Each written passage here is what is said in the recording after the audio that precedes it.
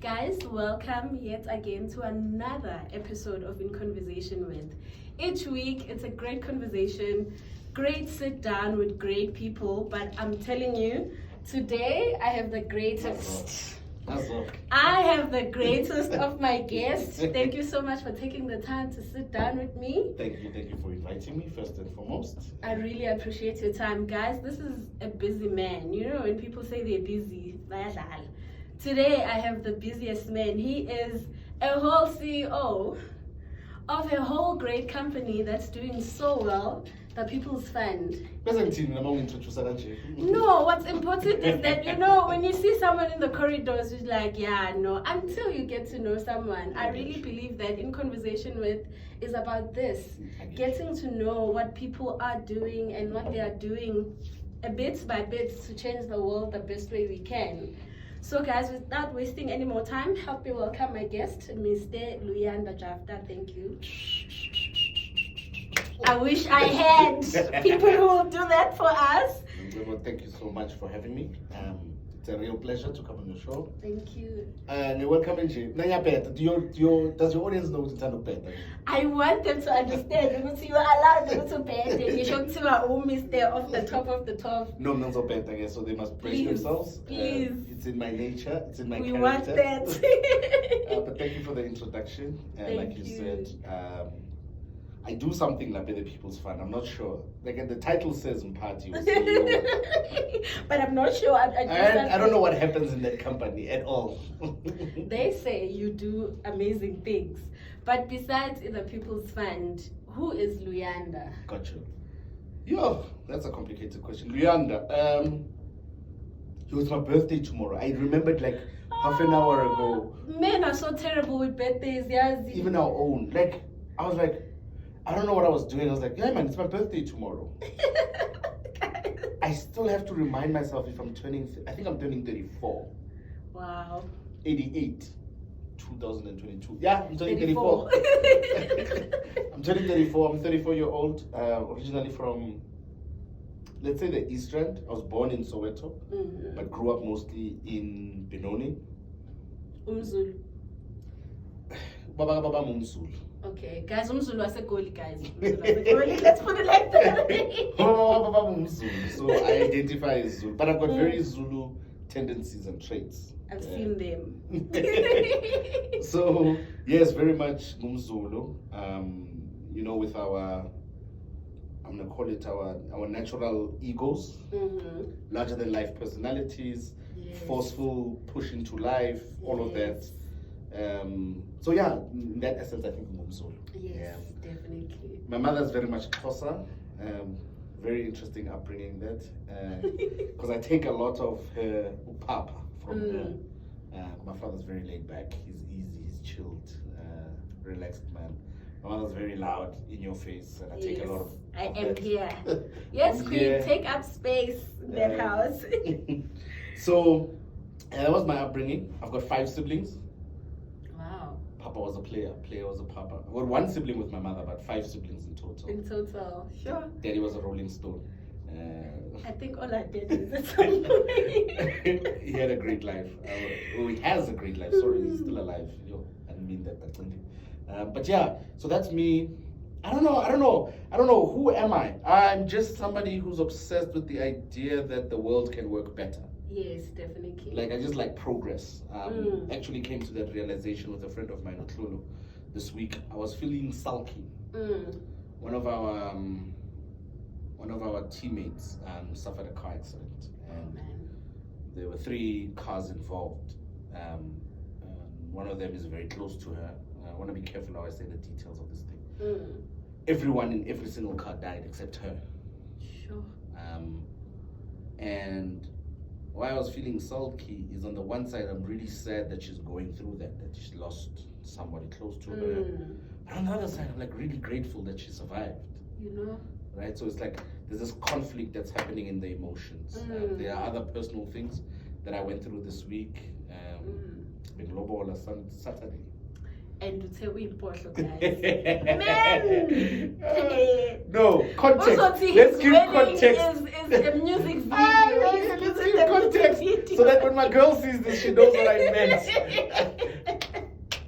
Nomcebo complimented my perfume and she's like, nifunde phi le nto le. Ngathi no mna sifunde kwisikolo seimposho. Baby, azange ithi ngeyimposho. Thank you for clarity. Yes. So that was really great. There was also emotional things that happened around that with the family, trying to negotiate that.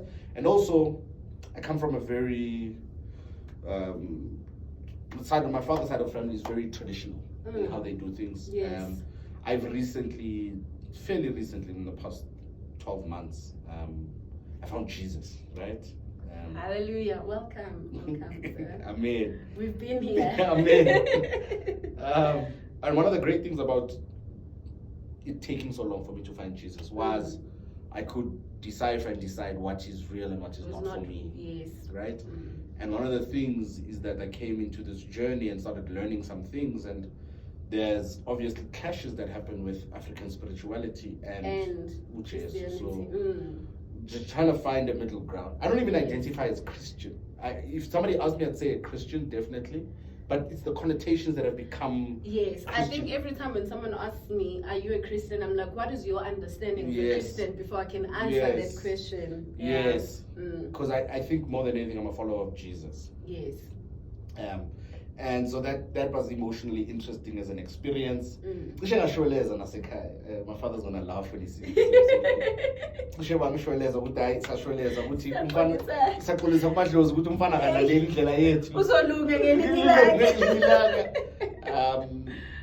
But yeah, it's been an interesting journey, but I'm really excited for the next stage of this journey of my life. I've got 3 kids, 2 by my strokes. 1 was given to me by God through my partner. So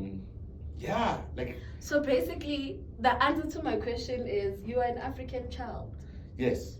I'm hearing your answers. I'm like, is it all of us as Africans who have to go through this? Because of this, you're definitely gonna go through this. Yes. So I'm hearing Luyanda, an African child. African child, definitely. I think more than anything, multiple times in my life, for example, I'll give an example. I've been given the opportunity to go to different places, right? And explore opportunities somewhere else. And I think it's always great when we take them up, né? Yes. But there's something about me that's really passionate about solving the really big problems. And the really big problems are here. So I don't want to go anywhere else, right? Yes. Don't get me wrong, we're in Sandton right now, so I'm really enjoying the upmarket life of Sandton. Don't get it twisted. I really enjoy nice things tremendously. Just have to look at my wife to see that I like nice things. But outside of that, I like the very big problems, you know? And there's no better place to go than Africa for the really big problems. Yeah. You know? And I think it takes people with a big mind and a big heart and that spirit who say, actually, I see all these other problems. I want to tackle the big things. How do we transform our generation for the next generation to not go through the type of things that we went through? Got you. And it also takes a big ego. Like, you know, like sometimes what we do as society, né? We like to, I'm going to use the word whitewash or clean things that like are honest and they're truthful. Yes. Right? Apart from potentially a big heart or a big mind, it's also a big ego that drives you to want to go solve the big problems. Why do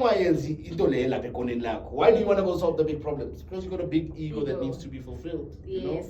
You know? So the nice thing about the last 12 months of my journey is that I allowed my ego to die, per se, right? Yes. And then my purposes could be aligned with what God intends to demonstrate in life and that sort of thing. And I'll be one of those vessels, you know? I think without preaching, we're basically saying for you to fully be in your purpose, you need to downsize a little bit your ego. Because I love ego. There's like thin line between love and hate with the ego.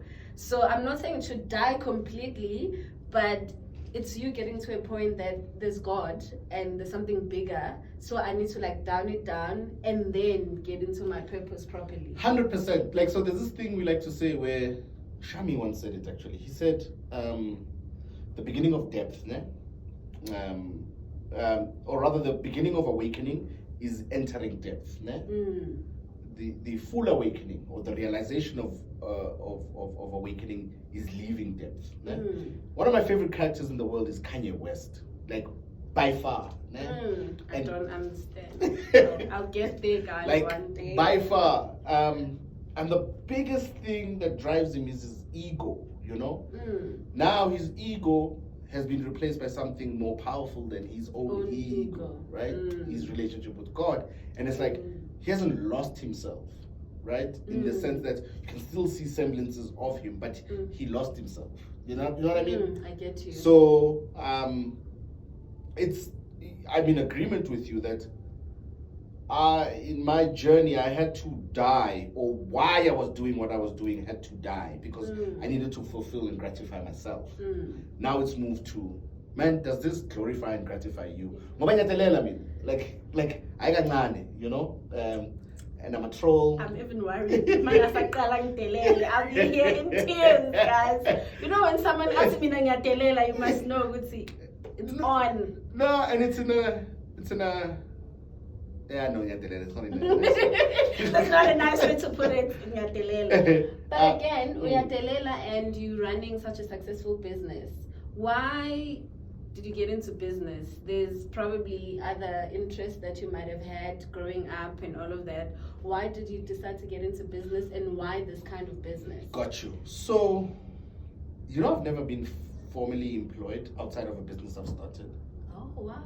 Well, I did. I lie. In high school, being customer solver, I was an upholsterer. Luyanda, high school, that's not employment. It wasn't, I didn't have a paycheck.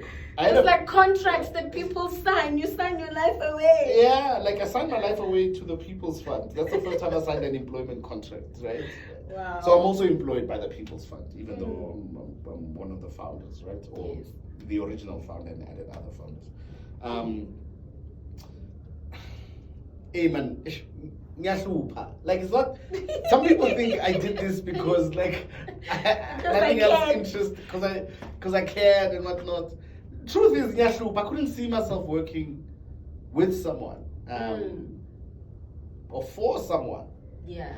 Too much. Like I've got too much to say, and nothing in God's green earth is gonna stop me from speaking my truth. Yes. Like I'm never like. Angsabi, like the word I want to use, Angsabi next, you know. So if something is a lie, I'm gonna call it out as a lie. It's a lie. I don't care what authority you're sitting in. You know what I mean? I get you. So and yeah, so why business? I got into business firstly to make money. Yeah. Yeah. Then with time, what happened is I quickly discovered that man. So I got into business. My first business, formal business, because I've done a lot of businesses. But my first formal business, it was a digital marketing company called Paybook. It did no money for 2 to 3 years. Then no money being like it's a 2,000 lana in a month, 3,000. Then in the third or fourth year, that March it started the year on like 2,000. Né? Scaled it all the way up to about close to 300,000 in 8 months. In 8 months, right? wow, Per that's month. like a big scale. Yeah, like every month it was more than doubling. And then I finally arrived. Same figure, right? We must know, what did you buy? I didn't buy anything because I didn't care about money. I just cared about arriving. You know? Get you. And I got hit by the worst depression ever. Like, it was detrimental. It was tough. Because, you know that J. Cole song, Forest Hill Drive, 2014 Forest Hill Drive, that album had just been released when that depression hit me. It got me through my depression, actually, that album. Né? When you Love Yours, when he says, the good news, nigga, is you came a long way. The bad news, nigga, is you came the wrong way. That's exactly how it felt. Because I was looking for like fulfillment and a feeling of completion from achieving something, you know, because I'd always touted myself as somebody who's skilled, talented, smart, intelligent, and all of those things. It's like I wanted to prove that right. And what happened was, when I got there, I realized that's not the thing you're chasing. That depression led to my first awakening. And then I went on a spiritual track, met the mother of my firstborn. We had like an amazing love affair, highly passionate, highly volatile. But it was interesting. It was right for that time. For that time, You yeah. know? I was about to say. It was right for that time. Then I opened a string of businesses. There's nothing I did not sell. I sold perfume online. I sold veggies online. I sold, like adapters. When iPhone was not that big in South Africa. Yes, we struggled with the chat. adapter. So I used to buy those adapters that would connect to a USB thing and then have an iPhone adapter. Those sold like hotcakes. It was great at the time because it was such a struggle to own an iPhone. Exactly, because then you're at a party and nobody else has a charger, and chargers were expensive. You'd put your charger like under your arm because it can get lost. I sold those adapters. There's no electronic I didn't sell. I sold covers. I sold gadgets. I sold. There's nothing. I even helped people sell makeup and clothing. Call up with deliver my fridge. Hey, I've lived. You've lived for a 34-year-old tomorrow. I've lived, and then I had a psychedelic trip where I got high on mushrooms, and that's how the People's Fund was born. And it's been a beautiful journey. One of the greatest people I've met in my life is a guy called Selebogo Molefe. The pairing of us was very important for this journey, because at the time I was still, let's use the word agnostic. He was born and brought up in the Christian faith, and when God wants to use you, he doesn't care how he uses you. He'll use you. He does it through people. And it felt like our anointings met. And we scaled the People's Fund quite quickly in the early years, and then a lot of other people joined in. But why that journey is important is because I think that relationship is important is because now we've been doing the People's Fund for 5 years. We've gone full circle, and me and him are venturing into more things again together, and it's popping off really quickly. It reminds me of a verse called "Unequally Yoked." I don't know if you know it. Yes. Long and short of it, for people who are not familiar with it, with the unequally yoked, is that they usually use it for marriage, but it's equally important in business, life. In life in general. And I think it was Paul who was talking to the Corinthians. Was it Corinthians or Romans? I don't remember. But basically, what it speaks about is two oxen, of if they are different size, they are connected by something called a yoke, which is that wooden thing. Yes. And if they are supposed to plow the ground, they're supposed to move together in tandem. But if you're filled by the Holy Spirit, it makes you naturally stronger, right? That's the conception we have, right? Yes. Now what happens is if you're naturally stronger, you're bigger than the other oxen. And what happens when you've got two unequally yoked oxen, that if you try to make them move in a straight line, what ends up happening, this one moves a little faster. And then what ends up happening, you end up drawing a circle. So you move around in circles when you're working, not working in line, right? And I think me and him are equally yoked in the business ventures we do, because what happens always is things just you're able to move together. Exactly. Right? That's a blessing to find someone like that. Yeah, and I've got quite a few people. You popped into mind now because me and him connected last week. We haven't spoken properly in a while. We connected last week, and we've already got our first contract for many millions for a project we're doing. It's in the pipe works. It's being closed on Friday. It's like, hey, now it's I think that the business spirits that you have, and I would say it's God-given, because Mawuti, you say high school, I was like, yo, he did say, but it's evident that it's always been the direction that God wanted you to take. Whether you were doing that, you were always a business-minded person, and I'm guessing the People's Fund is not going to be the only successful business. There's going to be a lot more coming from you. 100%, and the glory must be given to the right person, like you're putting it, right? It's to God. Whatever his intentions are, allow them. I'm just sitting here for the ride. Through life and going, thanks. If you want me to have that, because I'm enjoying the ride, Yeah. And it's really enjoyable, and I'm loving it so much because I'm fortunate to live this life. Like, that's the best way I can put it. Yeah. Like, I'm fortunate to live under His grace. Like, I struggle to see myself doing anything else. There are things I have interest in. Like, I thought I was going to be an academic professor, maths. Like, I'm going to teach people how to do complex mathematics and solve complex maths problems. Are you great at math? I think I'm decent. Okay. There's because bad and decent and... Okay, I was being fake humble. So, because I know it's God's glory, it's like, I played with the calculator when I was 3 years old. Started playing with So he's a maths genius.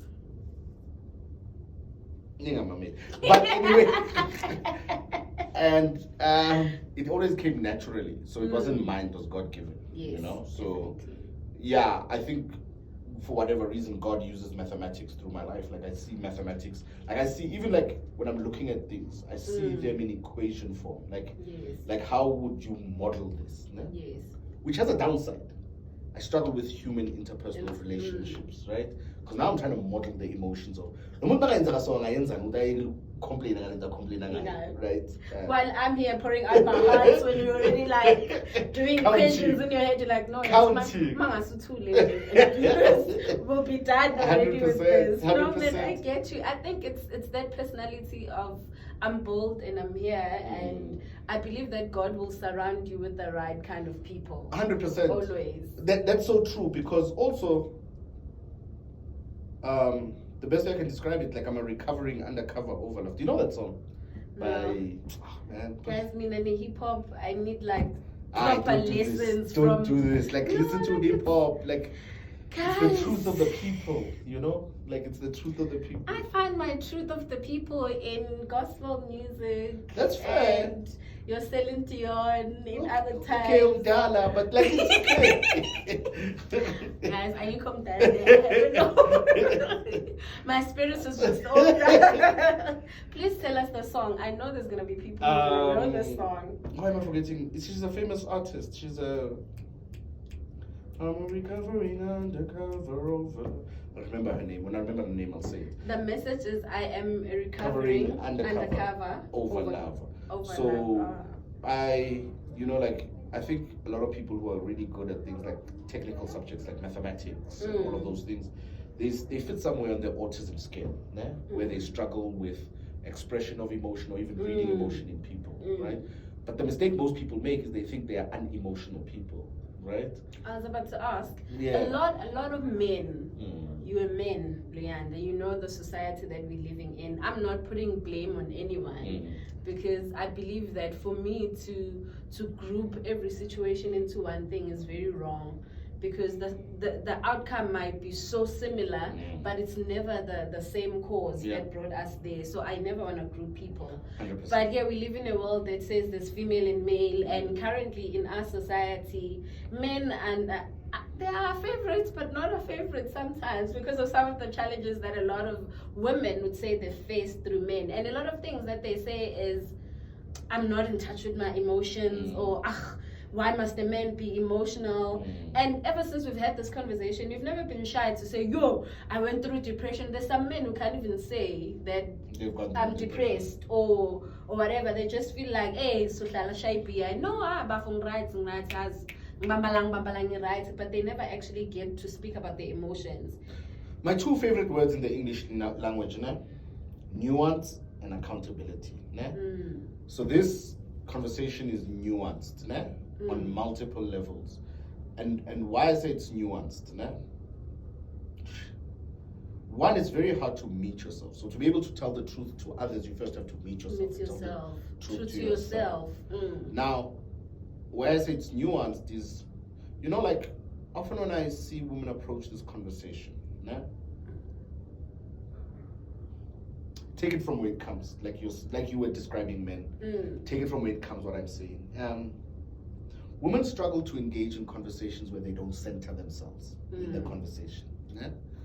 We want to be the center. Oh, listen, hello. So what happens is, as a man, when I express myself, and express my emotions, oftentimes the response I get from the women around me, be it my mother, my girlfriend, or whatever, is not one that allows space for me to do this again. Oh, I see. So what happens is I bottle it up. You kind of regret, why did you Why even did I try? And you know, like when we're growing up as kids, né? I think Jordan Peterson was talking about this. When we're growing up as kids, when we're young boys, né? Young girls, young boys realize very early on, né? That to solve things, you're shy. Ne? Like so tumban, ne? And then I win, and then it's solved. Then we're good, right? Good, yes. Hierarchy sorted. Yes, it's quick. Women, girls generally don't have that avenue. You don't. So the means of how you control your position in society often has to do with reputation management and reputation destruction of others, right? So you guys, from the very early age of about 5, you've been doing reputation management and reputation destruction. You are skilled at that thing, right? Very. Right? Extremely skilled.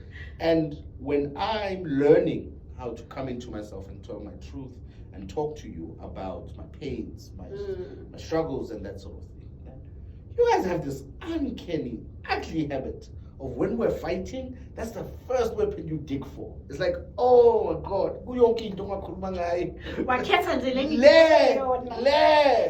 and then what happens is a trust deficit builds, and it becomes permanent for men, you know? I'm gonna kill Tana with that, be forever. Be forever. He's probably talking the truth. Like, I've seen how he moves, but anyway, be forever. Forever. But the point to that is that what you're experiencing is the tail end of mutual accountability. One, yes, men are non-expressive, and there's very many environments that prevent the expression of men. Of men, yes. Men created environments created by men themselves, but the demand you're asking, you're not giving the thing you're asking for. You're asking for more expression, but you're not keeping a safe space for that expression. But I think it goes back to what you said, that for us, we learned at a very young age. I think it's that mental shifting where we need to understand that these people didn't learn the same things that we learned the time that we learned them. It's like we can be a little bit impatient with you guys, because our perception is, you're the man, you got this, you should be at the top, you should be. So when you come to me and you don't have this together, instead of me realizing that actually this person didn't get this, yes, I need to come down and just be a listener and be kind. I'm just like, you are telling me what you're telling me now, and I get what you're trying to say. Yeah, like, and it's quite tough. Like, it is quite tough as a human interaction thing. And it's like, I almost want to go, man, guys, choose what you want. Do you want me to be strong or do you want me to be expressive? Pick a struggle. We can't pick. We want all of it. Yeah, you see, that's the thing. You see, even the struggle we're having with the workplace, né? I laugh sometimes and I go, Shem, let me kalelai. Yes, like, if only 50-50. But my 50, it's like, yeah. You know, like, what's funny? It's like, I realized women have the higher burden with child bearing. Né? Yes. They have the higher burden. So there's all of these talks around, can we have maternity leave exist like this? There's all of these things. Né? And it's like, I remember one comment where a woman was saying, imagine now I have to choose between my kids and my work, you know? Like, is that a emotionally fair question? Nah? And I'm like, yeah, but you know, for the past few hundred years that men have been working in the workplace, nobody asked them that question. Right? Like, they just said, this is the way the world is set up. You must run with it. Run with the work. Run with the work. Your kids, you'll be an afterthought. You'll be a provider, protector at night, but they won't know you as a person. You won't know them. You know, so, and I say this to say, yeah, I think we're happier because we're more accepting of the world and its messed upness, you know? The way that it is. The way that it is, but like, you guys want it all, and it's like, shush. Good luck. I don't think you're supposed to have it all. I get what I'm trying to say. Good luck. Oh, God. And you're raising such an important point about how the world is messed up and all of that. So just to ask you, what do you think we as this generation can do better, can do differently to like redefine this whole world for the next generation? Why I'm asking that is, Mina, I come from a background that what my mother's life was like, she made sure that my life was going to be 10 times better than the life that she had. Mm. So in my mind, I always had that mentality of whatever purpose I have. Are you in happier this than your world, mother? I think I am happier than my Then my she's mother gone. was. She passed on when I was 18.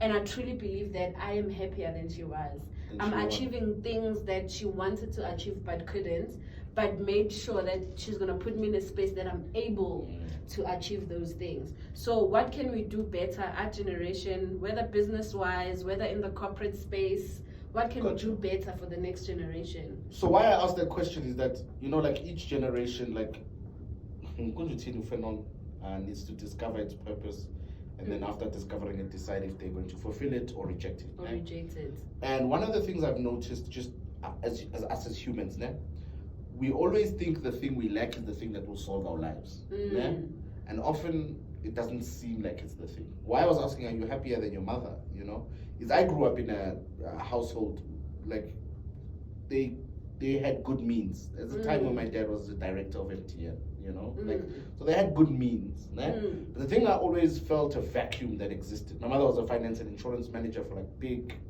dealerships and things like that. So we had decent money at Kai. The thing I always felt that was lacking was a communal feel of a family, right? So I always thought that's the thing that I was missing, you know? And I don't know if it solves anything, you know? Now, often people who might have a lot less will always go, money will solve everything in my life, for like a better way of putting it. Then they get to the money, feel quite empty, you know? So what can we do to be a better generation? No? Okay, I'm talking on the spiritual side and then the practical side. Yes. On the practical side, tell the truth, be accountable. Maybe this is more on the spiritual side. Tell the truth, be accountable. Humble yourself to a greater power. I'm not going to prescribe which one. Which one you choose. Which one you humble yourself to a greater power and let it drive your life. If you want to see the most powerful, you could say, there's a reason in the Bible they write, every knee shall bow. Say, Jesus, I ask you to show yourself in my life. Hey, the question, carefully lay a question. Also, bonus a car accident or something like that. Just in a way that would harm me anyway. He knows better for us than we do. And say like, for 6 months. Or say, Holy Spirit, administer to me and say that question. You know, humble yourself, go on your knees, and say that. And give it time. Patience, and watch for the coincidences that happen in your life. Watch for your dreams. Watch for how your life transpires, and then maybe even read the Word, the Bible, just to get context. You might start seeing things in your life work out a lot differently. That's the first thing. Like it becomes spiritually grounded, right? Obviously, I have a preference, right, which is in Christianity, right? But I don't want to prescribe for anyone, right? Then practically, let's say it more like this. Be accountable. Imagine that everything that is wrong in your life is your fault. It's your fault. Like take accountability from that first place. Deal with you. Deal with you. Assume good yonke into ipulwe uwe. And then from that place, you've got the power to change things.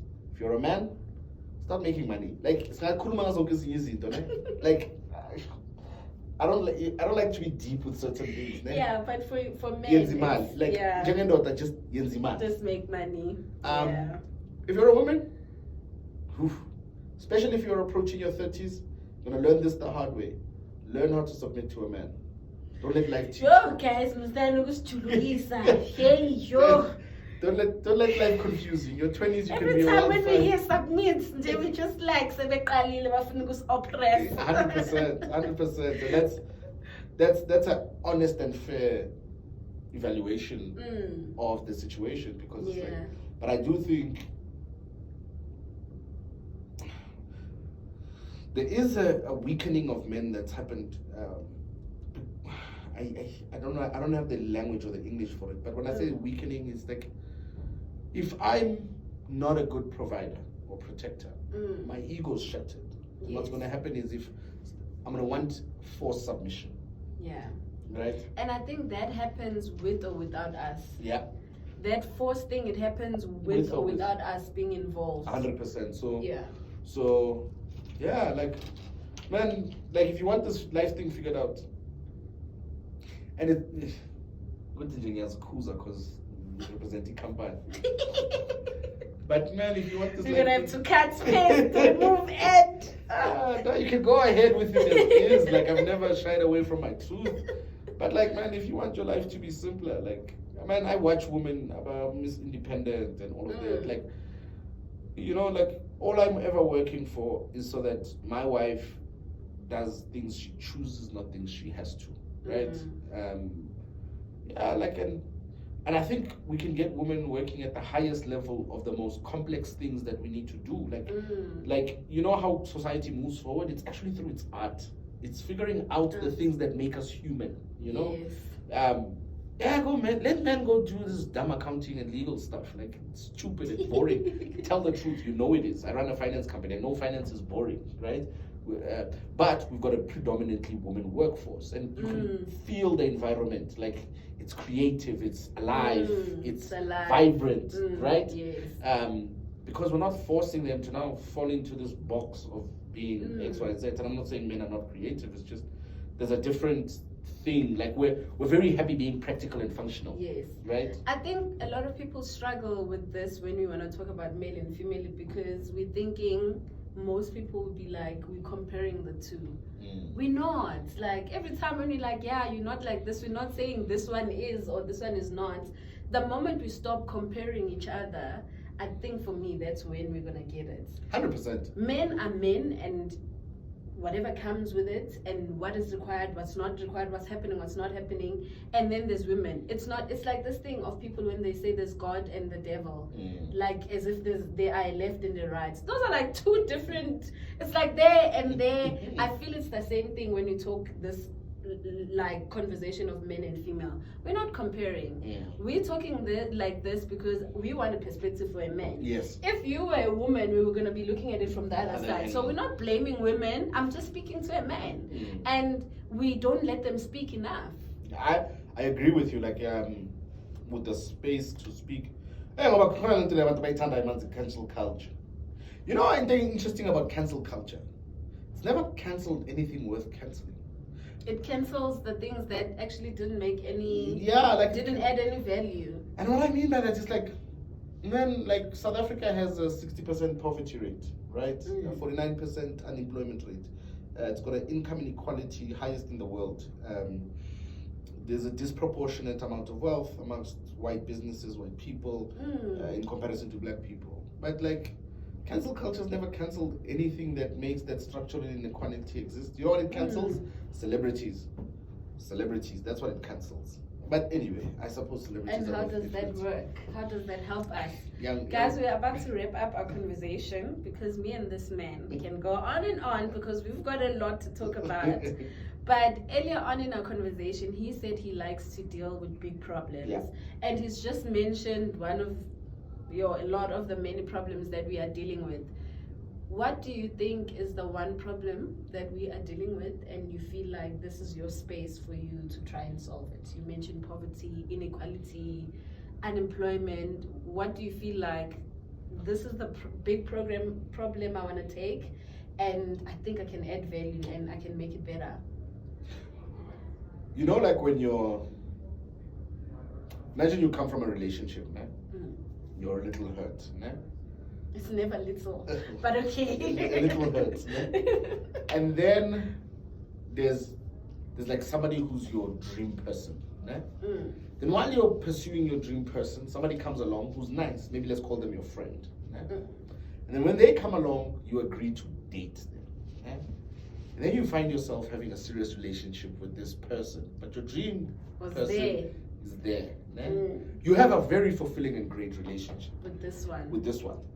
So why I'm saying that is that I run a company that does purchase order funding, which basically funds black entrepreneurs. Yes. Can be very easily confused for my big dream objective. Tell you the truth, I did not have interest in it. I'm just really good at finance. Yes. It was a big problem to solve. Yes. You know why? Definitely. You know why it was a big problem to solve? Because it was hampering solving the actual big problem I think we have as society, as the world, not South Africa. Climate change. Like, the thing I actually care about the most is that we're killing ourselves as a society, right? But the problem is we don't have enough minds working on the problem, because you know why? Black people are digging for scraps in one of the biggest economies in the continent, right? So it's like my realization with the J. Cole song, oh, I'm gonna make it come full circle, whatever, right? Is that this man is having more fun. Is that I could only realize like the existential crisis that is global warming, or the any other sort of crisis that is facing mankind, when I had tasted money, because before then I'm hungry, right?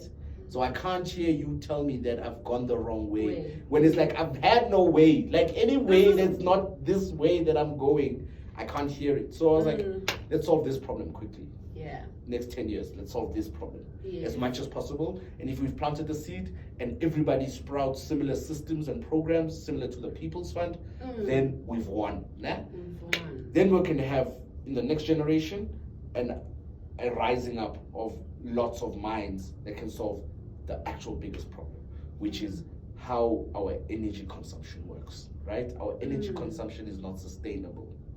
You know, we're gonna kill ourselves. We can even see the weather now; it's already changing now, right? Like, you don't know where we're going, like, right? It's catastrophic. Like, the next 50 years are catastrophic. So that's what I actually truly care about. You know? I get you. Like, I feel like there's not enough time for us to talk about all these things, because now he's raising so many other things, and I'm like, yo, guys, basically what he's saying is we're in trouble, and we need to find a way to get out. But life is great. Yeah, life is great, That's guys. What I'm Guys, life is great. So, Luyanda, thank you so much for your time.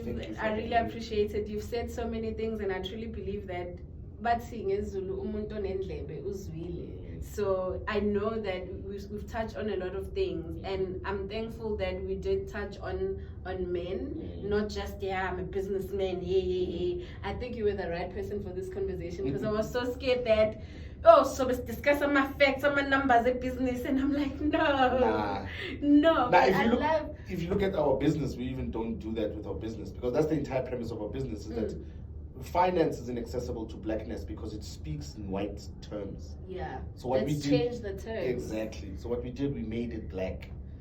Yo, guys, go to their websites. They made it black. Labantu bathi vuka ugeze ubangene. If you watch, you don't even know what that means. Let's just start there. But I really appreciate what you are saying, and it has been a big problem for black people. Manage has been the biggest problem, and I'm glad that there's people in society like you who are changing the narrative and who are not stopping there. You want to go further and create other people with like minds to change it. I feel like any problem that we have as a society, that's how we're going to solve it. 100%. Yeah. Any last words? Stay in school, kids. Nichole, guys. Nichole, guys. Oh, God. Experience life in your 20s. Fuck around, like proper, like experience your life. You're less broke than you think you are in your 20s. You only start making real money in your 40s. Your 30s, you're gonna start tasting a bit of money. But in your 20s, try everything. Like, try everything. Try everything you can. Don't count score. Count lessons. Like, don't count score, count lessons. Enjoy, guys. Don't frustrate yourself. Don't frustrate yourself. Live, guys. Got the rest of your life to be annoying and boring. Like, live, guys. Guys, we are living. He said we must leave. Thank you, Luyanda, for your time, and I really appreciate you. I never asked you your name. Does it mean what